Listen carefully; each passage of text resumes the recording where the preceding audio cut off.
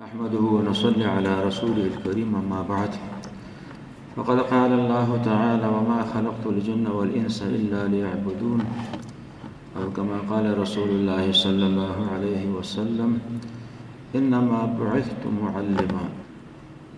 په دې خوشحالي یو چې په دغه تالار کې موږ او تاسو یو شریکه ناسته سره لرو او د ګران افغانستان د بیا آبادولو خودکفا کولو د دنیا سره د همسیال ګرځولو په رابطه باندې یو فکر درلود. چونکې دا مجلس د هغه استادانو لپاره ترتیب شوی چې په بهر کې لوړې زده کړې تکمیل کړي دي او د خپلې کړې وعدې په اساس باندې چې دوی د ملت سره خپله وعده کړې وه چې موږ به لوړې زده کړې بهر کوو، بېرته به راځو ستاسو خدمت وکړو.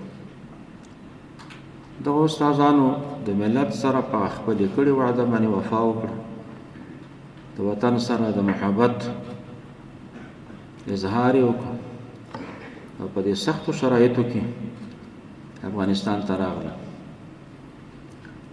نو د دغسې استادانو موږ هرکلی کوو، خوشحاله یو د راتلونکي افغانستان د آبادولو لپاره یې مؤثر دا بولو. د دې نه وړاندې موږ د هغه استادانو ستاینه کوو، قدرداني کوو، مرهون احسان یو چې د امریکا او د هغې د متحدینو د وتو نه وروسته دوی په سختو شرایطو کې موږ سره په دغه پریشان کن ماحول کې شپې سبا کړي. تحصیلي میدان چې زما استاد دویم شی غواړي د ما او تا نه هغه دا چې زما استاد معلم، زما استاد استاذ دو شیانو ته باید وفادار اسلام ته وفادار، ملي ارزښتونو ته وفادار.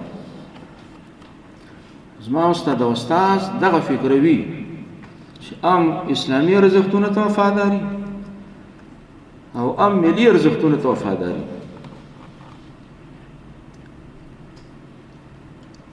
که چېرته دغه دوه صفته په استاذ کې وي آینده موږ د مشکل سره نه مخ کېږو.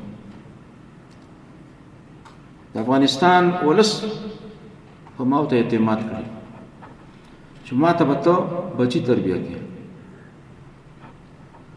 دا ډېر لوی اعتماد دی. د افغانستان راتلونکی د دې انتخاب زما ستا ذمه داري ده. راتلونکی نسل که په اسلامي نظریه وروزل شي، ملي ارزښتونو ته د دوی په اذانو کې ځای ورکړل شي، ما ته به د ولس ښه خدمت دا کړي. په دغه خاطر باندې موږ ټولو استادانو ته د دې خبرې قناعت ورکوو چې افغانستان ستاسې کور دی، د دې ولس تر باندې پیسه لګېدلې، ولس ستاسو نه توقعات لري، ولس امید کوي چې په راتلونکي کې به د دوی بچي په ښه انداز باندې تاسو وروزئ. راشئ د دې ولس خدمت وکړو.